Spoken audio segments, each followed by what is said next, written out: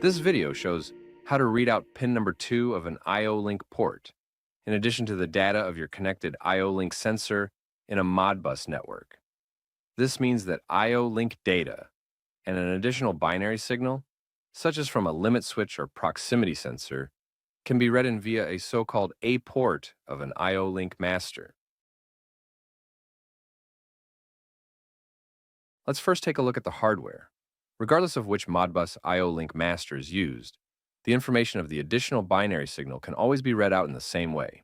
An AL1940 I/O link master is therefore used in this setup. The master is connected to an AE3100 controller from IFM with a Modbus interface. As shown, two sensors are connected to one port. Before using the software, here is an overview of the pin assignment of the I/O link ports of the master. A PN2093 pressure sensor with I/O link interface and an IGS205 inductive proximity switch for the binary signal are connected to port 1 of the AL1940 cabinet line master using a terminal block. We go to the IFM homepage and navigate to the AL1940 cabinet line master online datasheet. Under wiring, you will see the pin assignment of the individual ports. All I/O link ports are so-called A ports. In our case, when using a cabinet line I/O link master, the sensors are wired via terminal blocks. If, for example, a field master is used, it is also possible to use corresponding Y splitters and M12 connection cable. Both sensors are supplied via pins 1 and 3 of the I/O link port. Pin 4 of the I/O link pressure sensor is connected to pin 4 of the A port of the I/O link master. In addition, the switching signal of an inductive sensor, which is also output via pin 4, is connected to pin 2 of the same port. Pin 5 is not used on an I/O link A port. Before we continue in Codes and create a new Modbus channel, let's first look at where we can find the information for the additional digital signal via pin 2.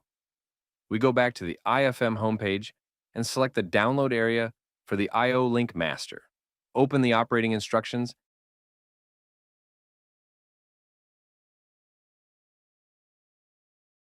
and search for the term pin 2 using the search function.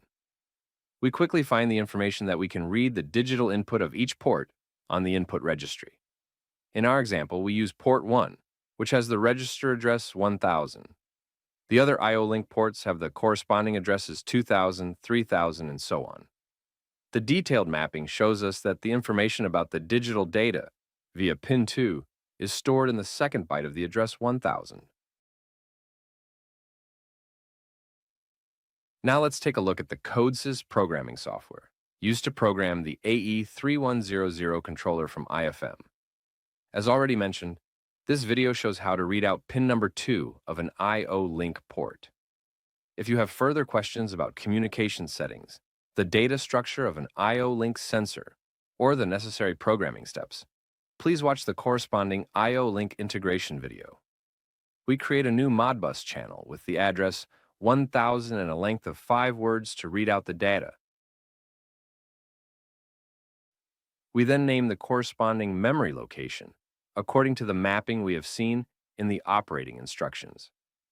The second byte of address 1000 contains the switching signal of pin 2 and the raw data of the I/O link pressure sensor is located in address 1002. We use the mapped data to create a function block program to display the actual pressure value of the I/O link sensor instead of the raw data.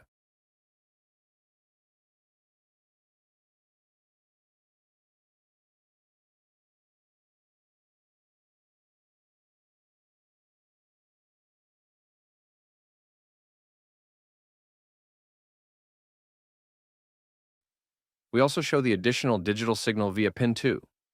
In this way, both the I/O link and the switching signal can be seen at once.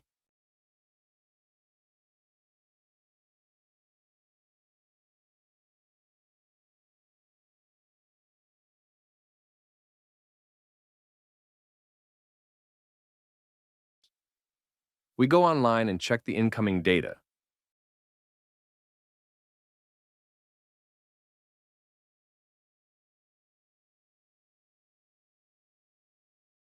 First, we see that the pressure value displayed in the software is the same as the value displayed by the sensor. Now the inductive sensor is damped, and the binary switching signal is also displayed accordingly in the software. Thank you for joining us.